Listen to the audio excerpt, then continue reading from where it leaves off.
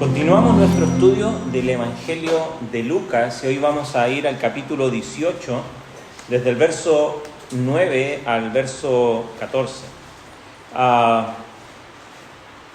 Hay fábulas que son conocidas, una de las más conocidas es la fábula de la liebre y la tortuga, ¿no? ¿Y por qué son conocidas estas fábulas? O también está la fábula del lobo con piel de oveja, ¿no? Que termina ahí, se disfraza de oveja para intentar comerse una oveja, pero termina siendo sacrificado por el pastor pensando que era un cordero, ¿no? Y todas estas fábulas que son conocidas por nosotros, lo que tienen en común es que tienen un giro inesperado al final, ¿no?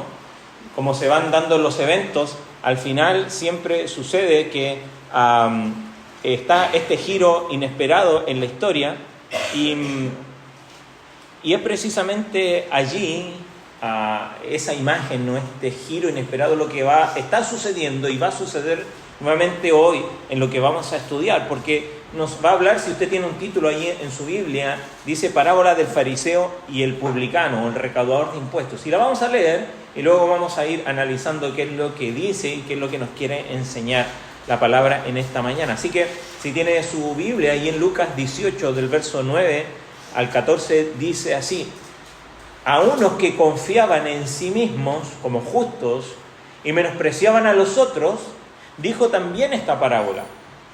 Dos hombres subieron al templo a orar, uno era fariseo y el otro publicano. El fariseo, puesto en pie, oraba consigo mismo de esta manera: Dios, te doy gracias porque no soy como los otros hombres, ladrones, injustos, adúlteros, ni aun como este publicano. Ayuno 2 veces a la semana, doy diezmos de todo lo que gano. Mas el publicano, estando lejos, no quería ni aún alzar los ojos al cielo, sino que se golpeaba el pecho diciendo: Dios, sé propicio a mí, pecador.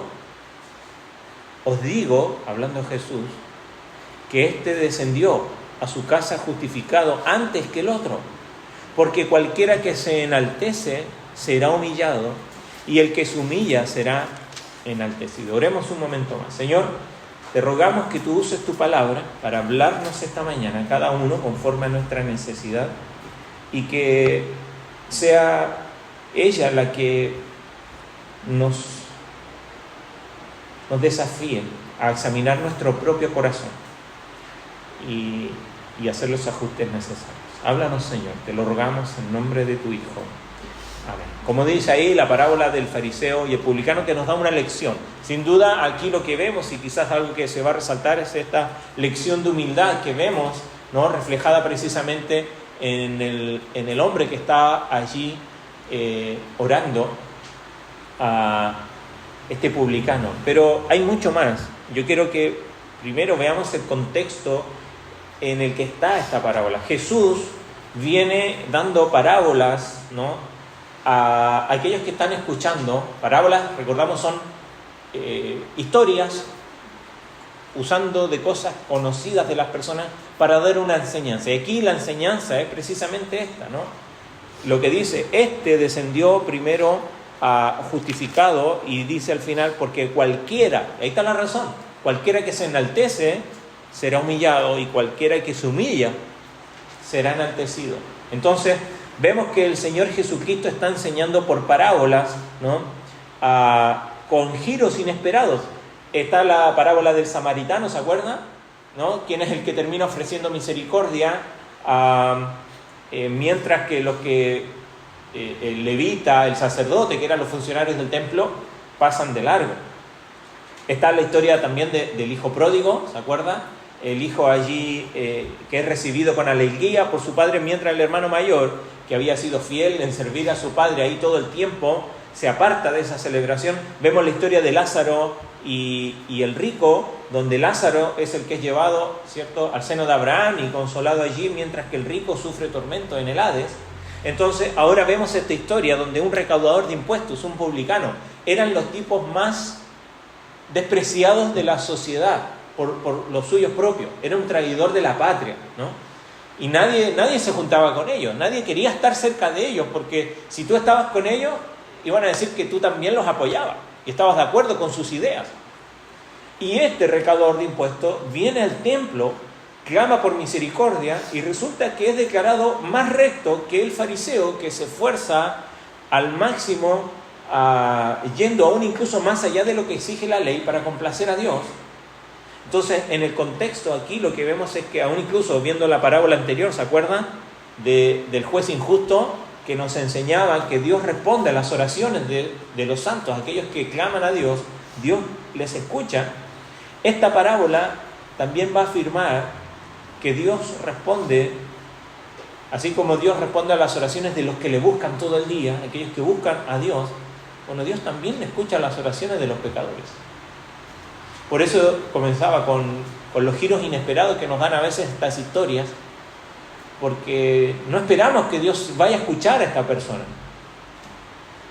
Pero eso refuerza el principio que nos da al último, de aquellos que se exaltan por encima de los demás, al final van a ser humillados, pero aquellos que se humillan van a ser enaltecidos. Está en Proverbios, lo cita Pedro, lo cita Santiago, que Dios resiste a los soberbios. Esa idea de que resiste, que Dios los encara, pero dice que da gracia a los humildes. Y la humildad puede venir del lugar menos esperado. Entonces, Lucas aquí, como dice los primeros versículos, identifica allí a la audiencia diciendo que habían unos que confiaban en sí mismos como justos y no menospreciaban a los otros, y a ellos va esta parábola. Están todos presentes allí, los discípulos también, pero a este grupo de personas que confiaban en su propia justicia es donde va dirigida esta parábola, ¿no? Estos son los destinatarios, aquellos que se consideraban justos y que cumplían debidamente los deberes ante Dios. Por lo tanto, al parecer mantenían una relación correcta con Él.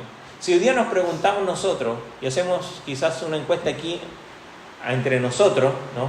Con respuestas, ¿cómo sería? Confidenciales también, ¿no? Si fueran confidenciales nuestras respuestas y nos preguntamos qué tan justos nos vemos, no andaríamos tan mal, ¿verdad? Diríamos, bueno, hoy estoy acá, estoy en la iglesia, podría estar en otro lugar. Como a veces se dice, siempre hay alguien peor que nosotros y hay alguien mejor que nosotros. Entonces, normalmente si empezamos a comparar, probablemente es que nos sintamos bastante bien, bastante complacidos con nuestro andar como cristianos. Ahora, nada podía haber impactado más que la declaración de Jesús al final, cuando dice que este recaudador de impuestos, el pecador por excelencia en su sociedad, es más recto que el fariseo. Y que este fariseo, que es la personificación de alguna manera de la virtud, de la piedad, ¿no? De lo que es correcto, no es considerado. Entonces, en esta dependencia de Dios, en esta búsqueda de Dios del pecador que clama, es la manera en cómo vamos a ver más adelante, en las semanas que vienen, cuando el Señor dice, sed como estos niños. Quien no reciba el reino de Dios como uno de estos niños no entrará en él, verso 17 de este mismo capítulo. Quizás ya nos está adelantando con esta ilustración cómo debe ser. La idea principal que vamos a estudiar hoy es que ser recto exige reconocerse pecador ante Dios. Ser recto significa reconocernos pecador ante Dios y pedir perdón, buscar la misericordia de Dios, no recitar nuestros logros y nuestras proezas espirituales y decir y justificarnos no tanto delante de los demás, sino que a nosotros mismos, diciendo, pero yo estoy aquí, también vengo los miércoles, colaboro, hago mi devocional, estoy pendiente siempre de las cosas de Dios, estoy aquí haciendo lo recto, sin duda no estoy tan mal. Pero lo que nos dice esta parábola es que ser recto exige precisamente reconocernos que no lo somos delante de Dios. Entonces, la estructura aquí de esta parábola es bien sencilla, ¿no? Presenta esta historia comparando a dos personas sobre un tema, ¿no? Y diciendo quién es más recto al honrar a Dios, al buscar a Dios, ¿no? Y vemos aquí que el candidato menos probable es precisamente considerado el más recto, ¿no? Y existe este contraste, ¿no? Conté las palabras aquí, Y hay un contraste entre la cantidad de palabras que describen dos cosas: la postura de los que están orando y las oraciones de estas dos personas, ¿no? 7 palabras son las que describen la postura del fariseo. Son 7 palabras las que describen la postura del fariseo. Dice que él, verso 11, puesto en pie, oraba consigo mismo de esta manera. Ahora, la oración del fariseo son 30 palabras. En contraste con el publicano, que 17 palabras describen la postura de él. Dice que este publicano, estando lejos, no quería ni aún alzar los ojos al cielo, sino que se golpeaba el pecho diciendo, ¿y cuál es su oración? Dios, sé propicio a mí, pecador. Su oración tiene 6 palabras. ¿Se da cuenta el contraste? La oración del fariseo, una gran narración, y que vamos a ver, ¿no? Una narración de sí mismo. Ahora, su actitud, porque su postura habla de su actitud frente a Dios. Son solamente 7 palabras, no así el publicano. 17 palabras describen cómo él se presenta ante Dios, y su oración es bastante breve. Muchos de nosotros pensamos, nosotros sabemos la historia sin duda, y hoy juzgamos al fariseo y decimos, sí, estos fariseos, ¿no? Hipócritas, y ya vamos a ir a alguna aplicación en cuanto a eso, nuestra actitud frente a los fariseos precisamente. Pero hoy todos condenaríamos a pero si nos damos cuenta, lo más probable es que nos parecemos más al fariseo, al publicano. La mayoría de nosotros, al menos yo, veo que mi vida se parece más a la del fariseo que la del publicano al acercarme a Dios. Entonces vamos a ir a analizar el texto que tenemos aquí. Como vimos allí, el contexto es que los fariseos vienen escuchando probablemente a Jesús desde el verso 20 del capítulo anterior, cuando dice, preguntado por los fariseos cuando había de venir el reino, le respondió y dijo, y comienza el Señor a hablar acerca de la venida, y siguen estando ahí escucharon la parábola de la viuda y el juez injusto, y siguen aquí escuchando esta parábola. Pero lo que caracteriza a estas personas, como dice allí, es que estas personas confiaban en sí mismos como justos, menospreciando a otros. Ellos tenían la seguridad de ellos estaba basada en su religión, ¿no? En sus obras, en su justicia. Allí estaba su seguridad. Y esta parábola, Jesús lo que va a hacer es atacar precisamente a aquello en lo que ellos están depositando su confianza, ¿no? No va a atacar lo que ellos hacen, porque el Señor no está en contra de la oración, y creo que no está en contra de precisamente lo que está haciendo el fariseo, sino que está atacando donde él está poniendo su confianza al orar, ¿no? Y la confianza de estas personas era que su seguridad más bien era ser rectos ante Dios. No está mal ser recto ante Dios, ¿o sí? No, es precisamente lo que Dios nos manda a hacer. Pedro nos dice, sed santo porque yo soy santo. Pero su seguridad era lo que ellos podían hacer. Entonces Jesús comienza a esta historia, ¿no? Y da esta historia donde dice que hay 2 hombres que fueron al templo a orar, ¿no?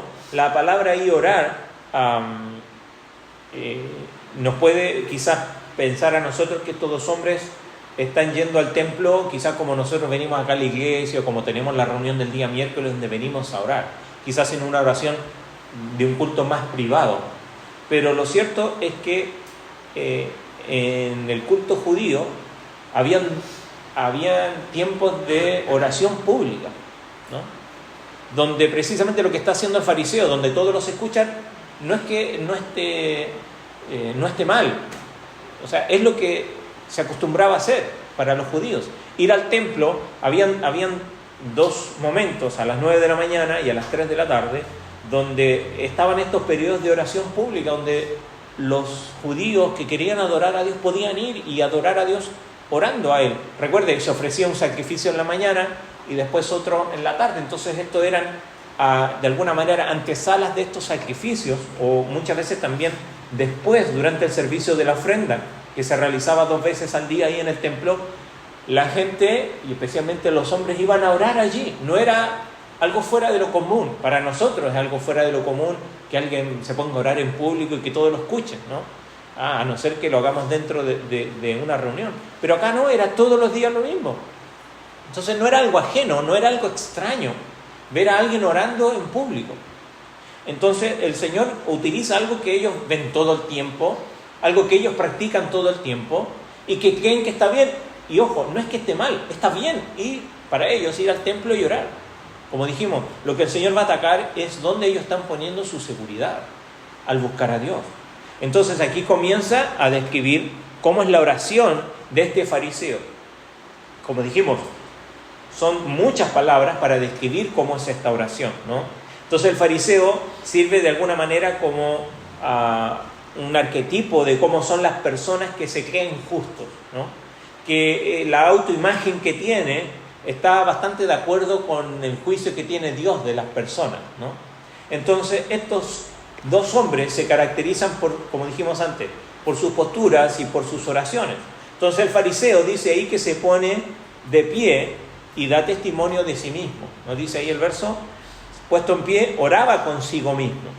Las oraciones, como mencionábamos recién, solían pronunciarse en voz alta, y la oración del fariseo podría parecer un reflejo de varias oraciones que vemos en los salmos. Mire, si quiere anotar, y yo lo voy a buscar y se lo voy a leer, Salmo 17,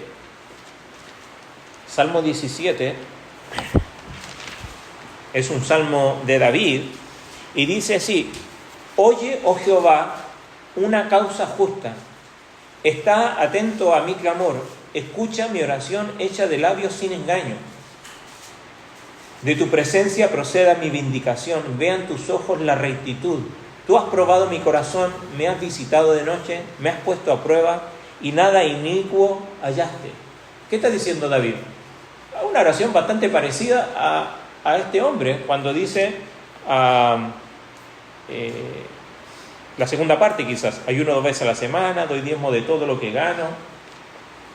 Soy recto ante ti, Señor, escúchame porque yo soy recto, ¿no? En cuanto dice, me has puesto a prueba y nada inicuo hallaste, he resuelto que mi boca no haga transgresión. Te invoco, dice el verso 6, por cuanto tú me oirás, oh Dios, inclina a mí tu oído, escucha mi palabra. El salmista está orando con la seguridad de que el Señor le va a escuchar. Ahora, Salmo 26, un poquito más adelante.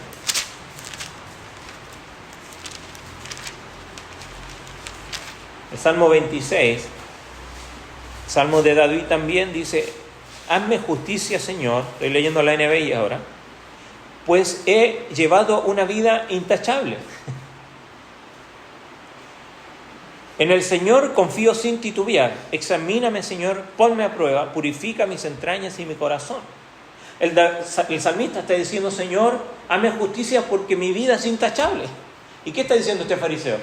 Está diciendo de alguna manera algo similar, pensando quizás y citando o teniendo en mente algunos de estos salmos donde David se ora al Señor diciendo: mi vida es recta. Obviamente tenemos que leer todo el salmo para entender qué es lo que está pidiendo, cuál es la plegaria que está pidiendo, ¿no? Sus enemigos injustamente lo están persiguiendo y él está pidiendo a Dios que le proteja y lo considere. Pero él no le pide nada a Dios, ¿no? No le pide nada a Dios porque él cree que no necesita nada. Y muchos de nosotros tenemos esta actitud frente a Dios. No, yo estoy bien. Yo no necesito nada de Dios. Buscar la misericordia y el perdón de este hombre ni siquiera salen mencionados. Para él parece que es innecesario. Pero a partir de lo que sigue, ¿no? Él hizo su examen de su vida y no sé, yo sé que algunos liceales a veces les hacen una autoevaluación, ¿no? ¿Qué nota se ponen? Un 10, vamos a aprovechar que me tengo que evaluar y me voy a poner un 10, ¿no? Este hombre hizo lo mismo. Se hizo una evaluación, le dijeron: ok, hazte una autoevaluación. Yo estoy súper bien, un 10, fantástico. Hoy día 10 es el máximo, ¿cierto? Ya no es 12, bueno, un 10. Entonces la oración de este hombre revela lo que él considera que significa honrar a Dios y ser recto. Él hizo una escala de su justicia o de la justicia con la que puede medir la rectitud, pero no solamente la de él, sino la de los demás. Porque él dice allí, gracias a Dios porque no soy como los otros hombres, ¿no? Y dice ahí, ladrones, injustos, adúlteros, ni aún como este, ¿no? Y habla con desdén de este hombre, con desprecio. Entonces él hace una escala de justicia en la que él puede medir su rectitud, pero especialmente la de los demás, y le dice a Dios lo que él ha hecho, pero también le dice a Dios lo que otros no han hecho, ¿no? Testifica de alguna manera que está del lado de Dios y que no es como aquellos que deshonran a Dios violando los mandamientos, los ladrones, no hurtarás, los adúlteros, no cometerás adulterio, ¿no? Si vemos ahí son de estos violando los 10 mandamientos. Su referencia a este publicano obviamente manifiesta cómo está su corazón, ¿no? Porque desprecia a aquellos que no son como él. Entonces dice ahí después el verso 12, yo ayuno, hago ayuno obligatorio. La verdad es que el ayuno es un tema en la Biblia, ¿no? Mucho más en el Nuevo Testamento. El ayuno obligatorio para los judíos era solo en el día de la expiación, que era un día al año, ¿no? Eso está ahí en Levítico 16. Pero este fariseo va más allá de lo que ordena la ley y dice que ayuna 2 veces por semana. Eso quedó como una institución después de que estuvieron cautivos en Babilonia. Entonces, estando allá afuera, estos judíos empezaron a ayunar porque deseaban regresar a su tierra, y eso quedó como una práctica, ¿no? Como una tradición, y ellos lo cumplían porque pensaban que de esa manera iban a generar más piedad en su vida y Dios los iba a considerar. De vuelta, no hay nada malo en ninguna de estas cosas, ni en orar ni en ayunar, pero el asunto es, ¿por qué lo hago? ¿Para qué lo hago? ¿Qué es lo que estoy buscando con esto? Y este hombre lo único que está buscando es corroborar que él es justo y que los demás no lo son. Se está autojustificando. Ahora incluso Jesús y sus discípulos eran conocidos ¿por qué? ¿Eran conocidos por ayunar? Al contrario, ¿no? A los fariseos les decían a ellos, ¿por qué tus discípulos no ayunan? ¿Por qué comen con publicanos?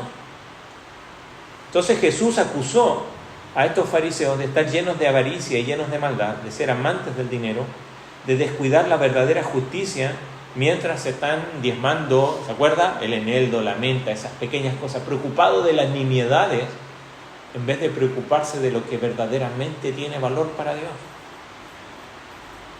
Entonces, este hombre era tan escrupuloso, como dice ahí, ayuno 2 veces a la semana, doy diezmo de todo lo que gano.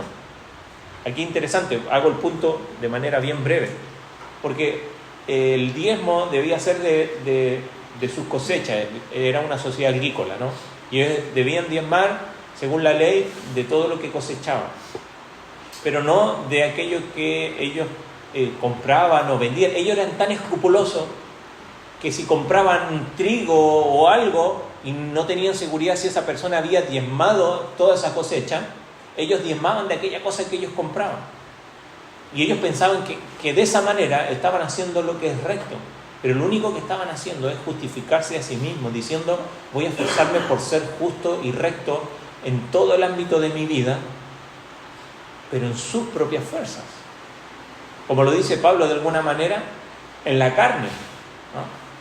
Queriendo ser justo. El mismo Pablo en algún momento dice, yo era fariseo, era escrupuloso, seguidor de la ley. Él decía, en cuanto a la carne, yo tengo de qué gloriarme porque me he esforzado en todas las cosas.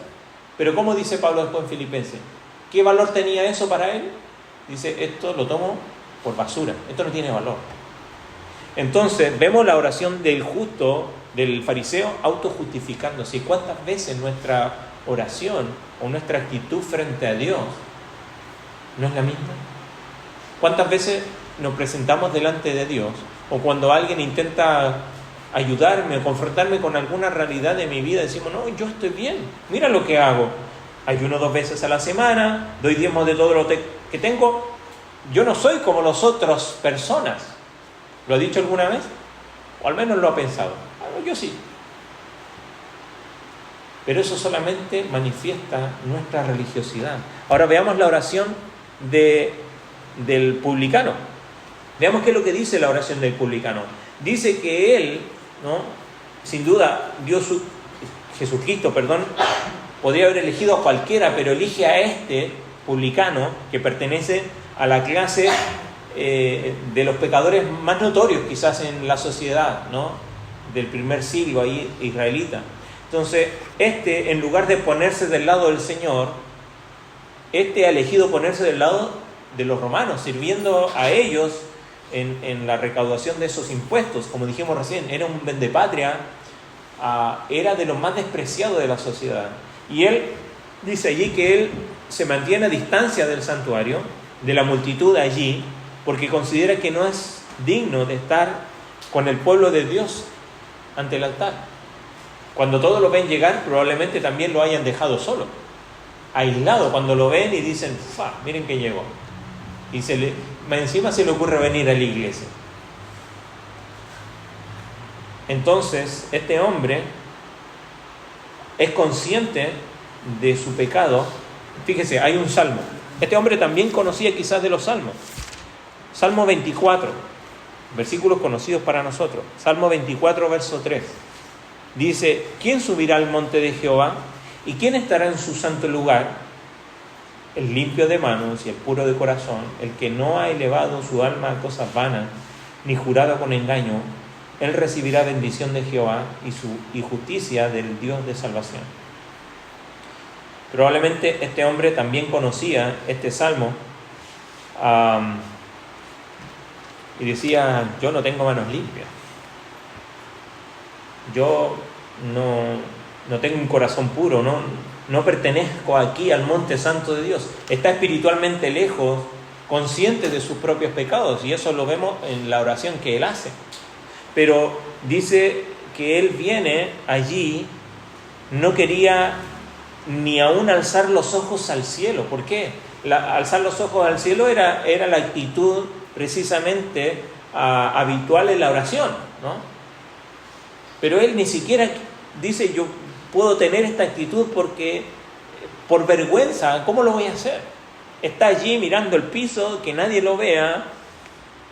Son gestos de desesperación que no eran parte de la oración habitual de los judíos. No era habitual que ellos orasen así. Por lo tanto, llama la atención también. Incluso golpearse el pecho, eso era una señal de dolor profundo.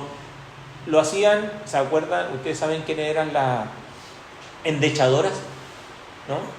En los funerales, aún incluso yo alcancé a estar en un funeral de niños en un pueblo allá por los cerros donde vinieron endechadoras. Eran mujeres que eran contratadas para que lloraran, ¿no? Para que el dolor de la viuda, en este caso, cuando yo fui, no fuera tanto, ¿no? Y otras sufrieran más que ella. Y esto lo vemos, esto está en la mayoría de las sociedades antiguas. Y las endechadoras eran contratadas para que lloraran en un funeral, y ellas hacían esto, golpeaban su pecho en señal de dolor, pero no en medio de un culto de oración. Era común que esto sucediera. Sin embargo, esto es lo que está haciendo este hombre, y es raro, mucho más que lo hicieran los hombres. Entonces, este detalle muestra que este recaudador de impuestos está tan abrumado por la distancia, por el abismo que hay y que siente que hay entre él y Dios, que es completamente ajeno al entorno donde él está. Ahora, este recaudador de impuestos no da un recital como el fariseo, ni aburre a Dios con sus palabras. Simplemente lo que él dice, ¿no? El fariseo es el justo y él es el pecador, y él precisamente está aquí y se identifica precisamente como el peor de todos los pecadores. Su oración coincide también con algunas de las súplicas de los salmos. Vamos a otro salmo, Salmo 25.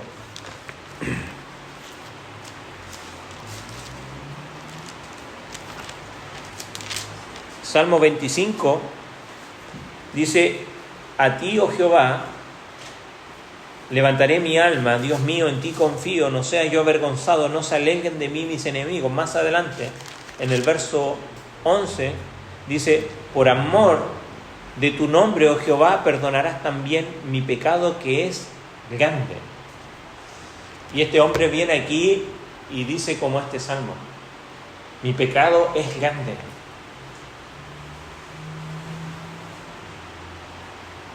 Cuando él dice, Señor, sé propicio a mí, lo que él está diciendo, hay otras versiones en la NBI, dice, oh Dios, ten compasión de mí que soy pecador. Hay otra versión que dice, ten misericordia de mí. Pero lo que realmente significa aquí, porque lo más probable que está sucediendo cuando él está orando, es que se esté ofreciendo sacrificio de la tarde. No sabemos si fue en la mañana o en la tarde, pero se está ofreciendo un sacrificio ahí, un sacrificio de expiación. Recordemos que la expiación era que alguien pagaba, ¿no?, las culpas, un inocente, ¿no?, para que los pecados fueran, a lo menos allí, no quitados ni limpiados, sino que aplacados por un momento.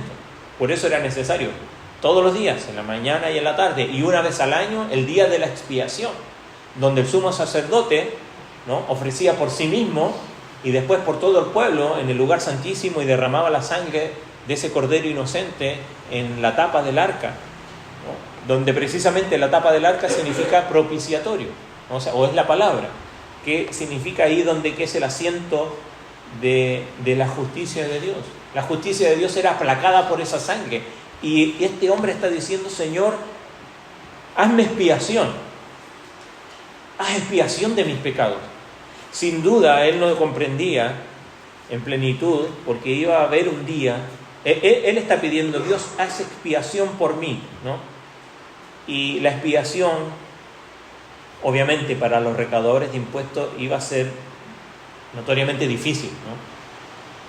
Para recibir el perdón, uno debe arrepentirse, y para arrepentirse uno debe recompensar, restablecer. Más adelante, en el capítulo 19, cuando lleguemos, va a estar la historia de Jesús y Zaqueo, ¿no? Zaqueo también era un recaudador de impuestos. ¿Se acuerda qué es lo que hace él?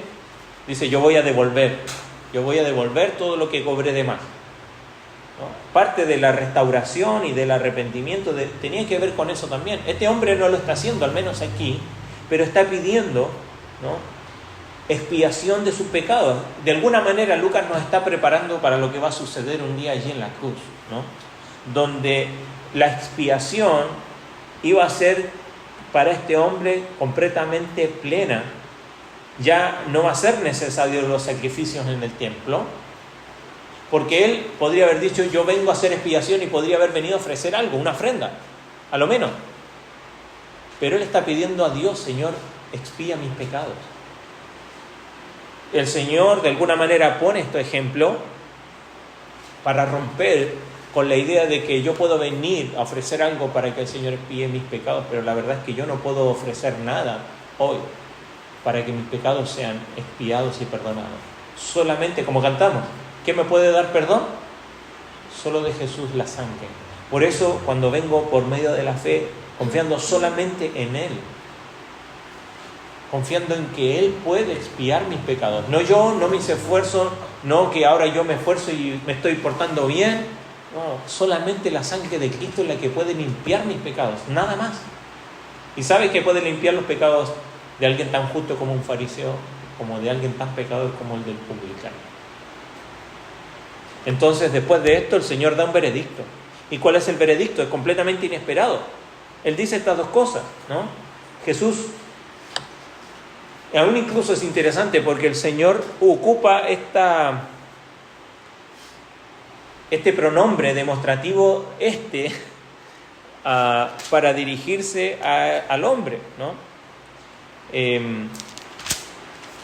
Cuando dice ahí en el verso 14, os digo que así de la misma manera que trató el fariseo a este hombre, para que comprendieran que el que ustedes no esperaban, el que nadie esperaba que descendiera a su casa justo, sí, descendió justificado. O de alguna manera está diciendo Jesús, es más recto que aquel.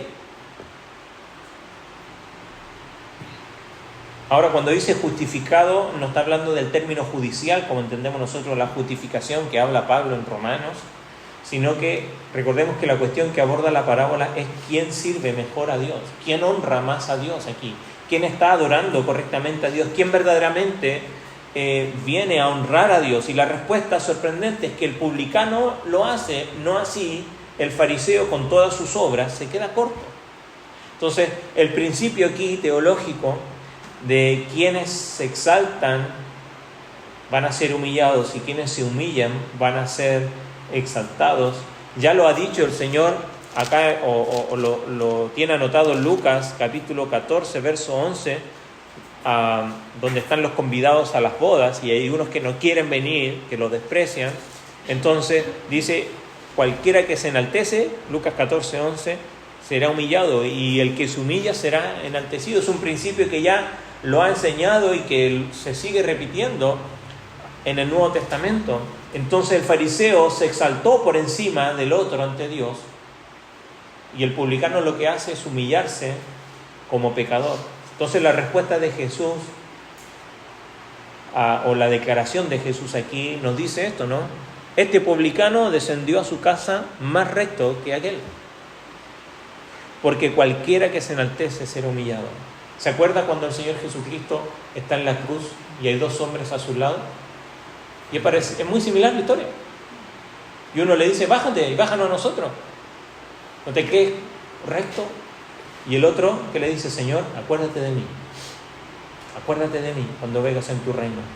Y la respuesta de Jesús, precisamente ese ladrón, pero que viene con una actitud humilde en la cruz, que confiesa sus crímenes y le ruega que lo recuerde cuando entre en su reino, ilustra este principio. El que se enaltece será humillado, pero el que se humilla será enaltecido. Entonces, pensamos en esta historia común para nosotros, y quizás ya tenemos muchas enseñanzas que sacamos de aquí, pero yo quiero dar algunas para terminar. Miren, lo primero es que el público original de Jesús, aquellos que están escuchando esta parábola, ellos se identifican con aquellos que están convencidos de su rectitud. ¿Se acuerdan los primeros versículos? ¿No? Dice allí que estaban quienes confiaban en sí mismos como justos, ¿no? Ellos se están confiando en su rectitud, y para los lectores de Lucas, el fariseo sirve como el ejemplo, al igual que el del hermano mayor de la parábola del hijo pródigo, de que quienes impiden que otros, ¿no? Ya sean marginados, gentiles hablo no judíos, reciban la gracia de Dios, ¿no? Entonces, aceptar a los de mala reputación siempre es un problema cuando nosotros nos consideramos de buena reputación. Por eso es que la gracia de Dios es escandalosa en ese sentido, porque la gracia de Dios está dispuesta no para los buenos, precisamente para los que se reconocen pecadores. Quienes se consideran justos según sus propios estándares son, como lo mencionaba yo recién, como Pablo, quien dice, yo confiaba en la carne, era fariseo celoso, ¿no? En lo que respecta a la justicia, en cuanto a la ley, se consideraba irreprensible. Nadie tenía nada que decir de Pablo, pero él dice, todas esas cosas son basura. El final de la parábola de Jesús conmocionó a estas personas, pero no solamente que se sorprendieron, así como uno se sorprende de una historia que gira al final, sino que lo que hace esta parábola es, para ocupar algo bastante coloquial, es meter el dedo en la llaga, es herir la sensibilidad de las personas que están escuchando a Jesucristo. No es que un fariseo justo esté al mismo nivel ante Dios que un pecador marginado, sino que un pecador marginado que implora misericordia es más recto delante de Dios. ¿Se da cuenta? Lo repito, no es que un fariseo justo o alguien que intenta hacer lo correcto delante de Dios esté al mismo nivel ante Dios que un pecador marginado, sino que un pecador marginado que implora misericordia, lo está diciendo esta parábola, que es más recto.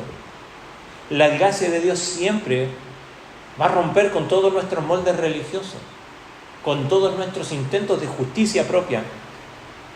Cuando el recaudador de impuestos suplica durante el sacrificio del templo que se haga expiación por él, nosotros sabemos que Dios ya lo ha provisto mediante el que está contando la historia, ¿no? Por medio de Jesucristo. Pero también vemos aquí que la oración injusta del justo, ¿no? Vemos una oración injusta del que es justo, pero es orgulloso. ¿Dónde se equivoca el fariseo? Yo me preguntaba, ¿en qué se equivoca el fariseo? Primero, está absorto en sí mismo. Él está completamente ensimismado, vive en una complacencia es petulante, asumiendo que todo está en orden entre él y Dios. ¿No hemos pensado nosotros así? Cuando examinamos nuestra vida, cuando escucha un sermón aquí, cuando alguien le pregunta, ¿cómo está tu vida? Estoy bien, yo estoy bien. Pero él tiene celo por Dios, pero es un celo engañoso. Se imagina que puede cobrar sus logros religiosos como si fueran fichas, ¿no? Yo hago esto, entonces voy a cobrar a Dios y las intercambio por bendiciones. Se acerca a Dios con valor, puede mencionar todas las cosas buenas que ha hecho, cada pecado que no ha cometido y que otros cometen.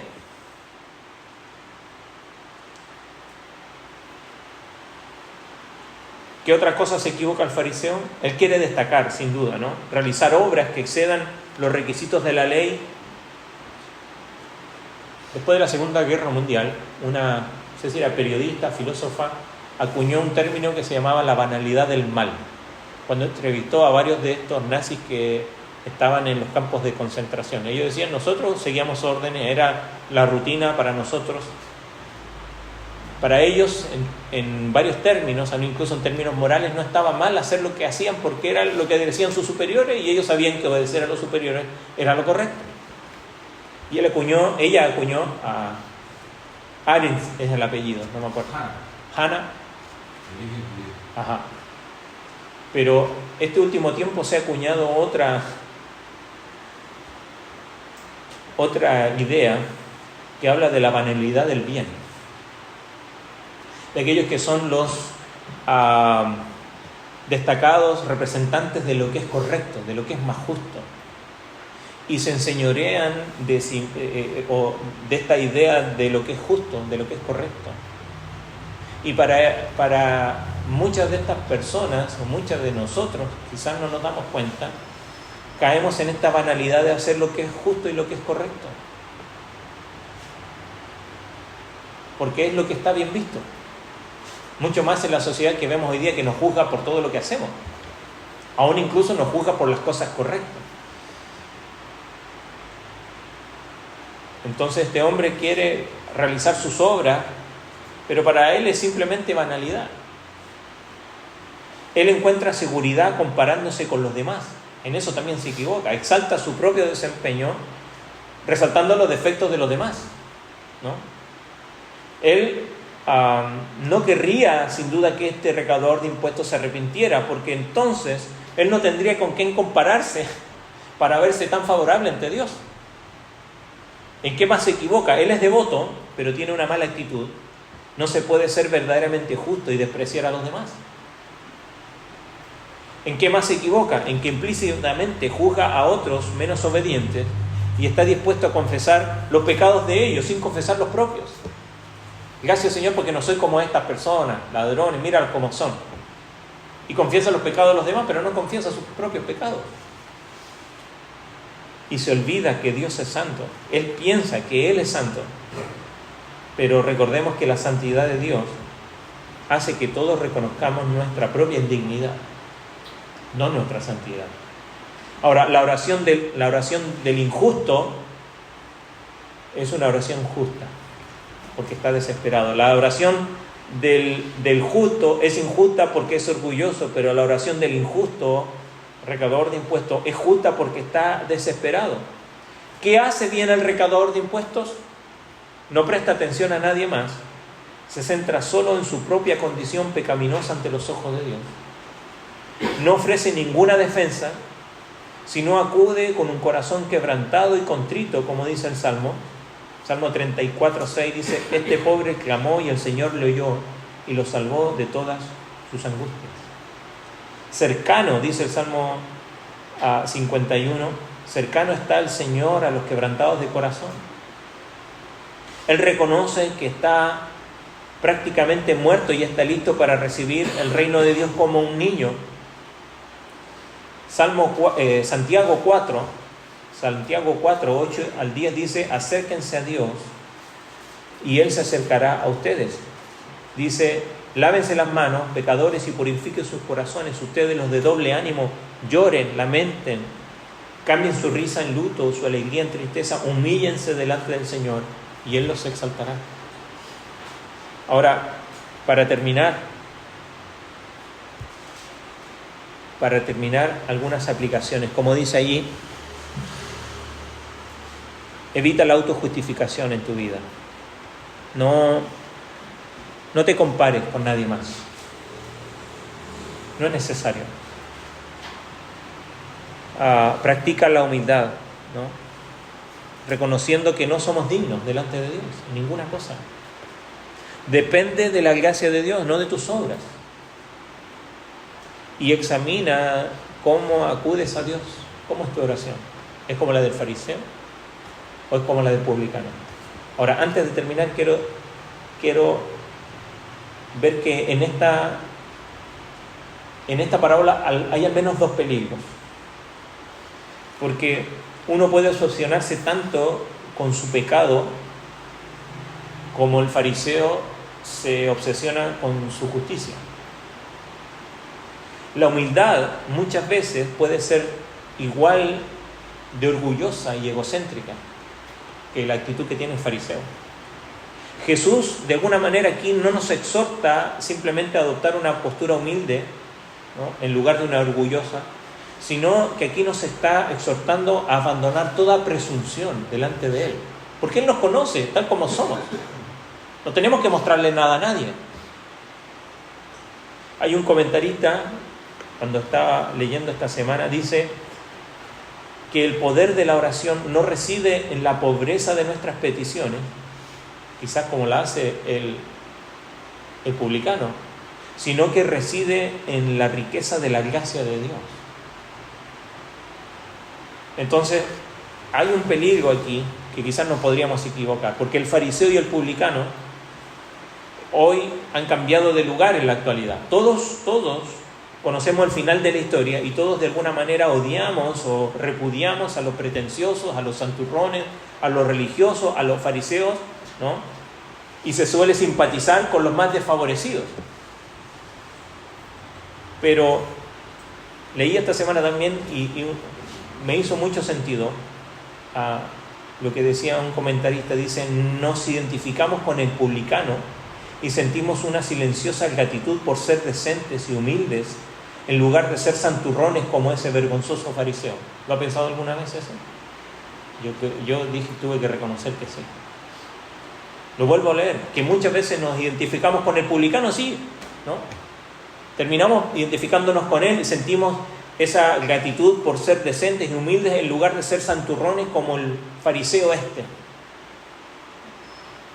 Y podemos ser quizás como se cierra a veces alguna clase y diciendo, ok, no sé, yo me imaginaba yo enseñando quizás esta clase a los niños en la escuela dominical y terminando diciendo, bueno, demos gracias por no ser como este fariseo.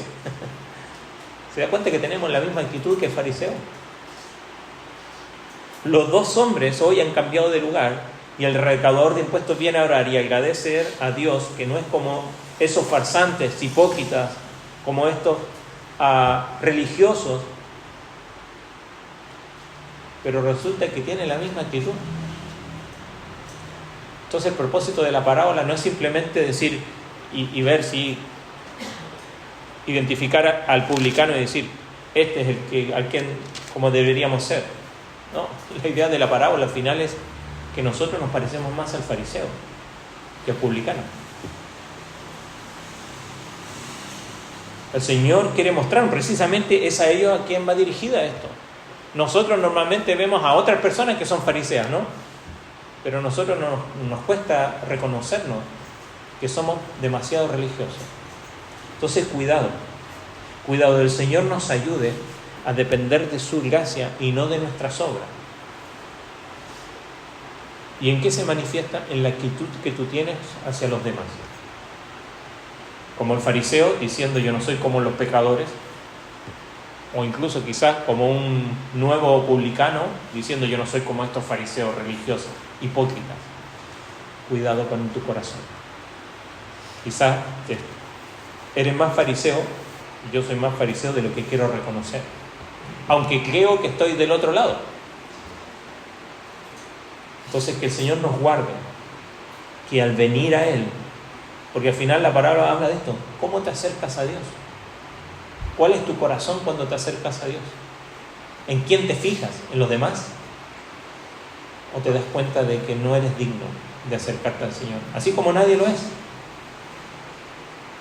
Y agradecer por la gracia de Dios, que es precisamente aquella fuerza, aquella riqueza. La riqueza no está ni en nuestras obras, ni en nuestra pobreza de nuestras peticiones, sino que la riqueza se halla en la gracia de Dios, que nos permite estar en conexión con Dios, no por nuestros méritos, sino por la obra de Jesucristo. Amén. Vamos a ponernos en pie y vamos a orar al Señor. Padre Celestial, gracias por tu palabra, gracias porque nos permites tener este tiempo, esta mañana, para meditar en tu palabra. Guárdanos a volver al hogar y ayúdanos a examinar nuestro propio corazón. Quizás al principio nos damos cuenta que somos como el fariseo